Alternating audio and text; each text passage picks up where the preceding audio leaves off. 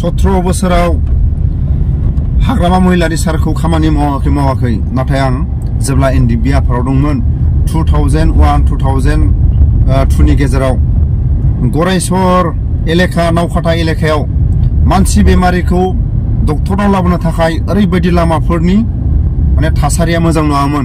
थेला नारनोबो हाजारबार सिन्था खालामनो गोनां जों जानायखौ नुदोंमोन। नाथाय दिनैनि समाव नावकाटा एलेकायाव थांनानै आं ओरैबायदि जायगानि जौगालुखौ नुनानै आसरित आं मोनदों आरो रायजो राजानाव आं सोंदों बे लामाफोरखौ सोर बानायनानै होखो। बेबायदि समाव रायजो राजाफोरनि खुगानिफ्राय हाग्रामा महिलारि सारनि मुंखौ फोरमायो। अब्ला 17 बोसोरनि खामानि मावाखै होननाया दिनैहाय 17 बोसोरखौ दोनथ'नानै इउपिपिएल सरकारा आरो खना खनला बर'फोरनि गामियाव थांनाय लामाफोरखौ रिफारिं खालामनांगौ, बबेबा बानायनांगौ, बबेबा दालां, बबेबा स्कुल, बबेबा मेडिकेल बेखौ बानायनानै हरसान सोंनायासो बांसिन जानांगौ। 17 बोसोरखौ गोसोखांनाङा।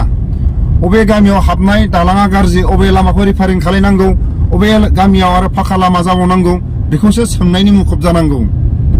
दिनै जोङो नावकाटा एलेकायाव बा गरायसर एलेकायाव फैदोंमोन साब्रै साबासो जों ज'नो गारि गंनै।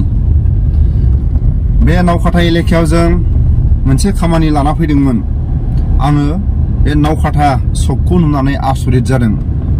सानसे समाव 2001-2002 नि गेजेराव बे कामरुप डिस्ट्रिक्टनि कामान्डारा देरबाय सार आरो सेकेन्ड आइसिया गुमुर सारमोन। बेबायदि समाव जोङो दंमोन बे नावकाटा एलेकायाव। अब्ला बे नावकाटा सकखौ मालाबा समाव हर गेजेराव फैनानै आर्मिफ्रा एम्बुस थाफैयो, मालाबा समाव बेलासिनि समाव फैनानै आर्मिफ्रा एम्बुस थाफैयो। बेबायदि समाव जों मालाबा बे सकजोंनो दुब्लिबारिजों थाबायनो बानानै मालाबा जोङो बे सकजोंनो मोनानि समाव बारोमोन आखायाव हाथियार लानानै। बे समाव जों जेब्ला बारो आर्मिफ्रा थाफ्लाङाखै, थाफ्लांनाय जों मोनाखै। जायगाखौ नुनानै आसरित जादों।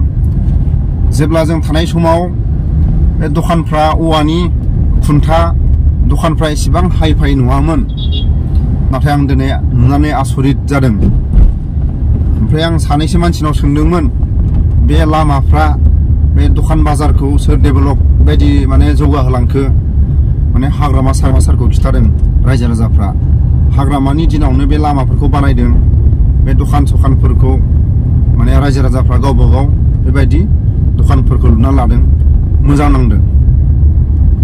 आरो बेबायदि जेरै बर' गामियाव थांनाय हाबनाय लामाफ्राव फाक्का लामा जों जेब्ला दंमोन अब्ला बर' गामियाव मानसि बेमारिखौ थेलाजों नारलांनोबो ओरैबायदि खस्थ'मोन।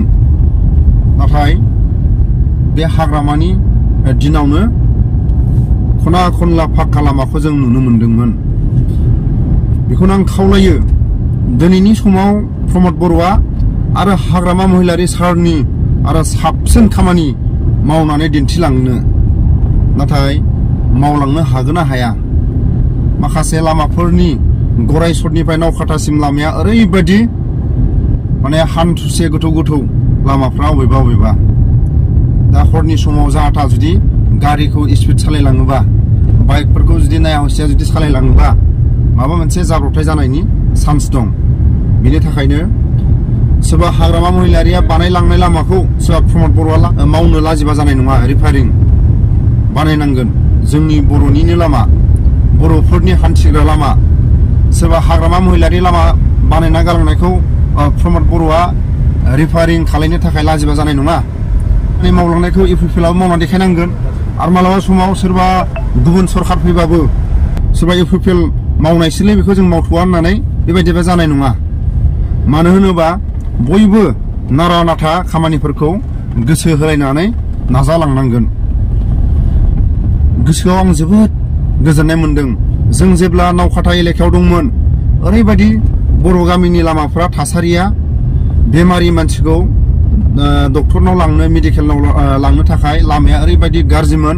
दिनैनि समाव ओरैबायदि हाग्रामा सरखारनि समाव बानायनानै गालांनाय लामाफ्रा ओरैबायदि माने मोजां आरो दा एसे रिपेयारिं खालामफिननांगौ जानानै फैबाय।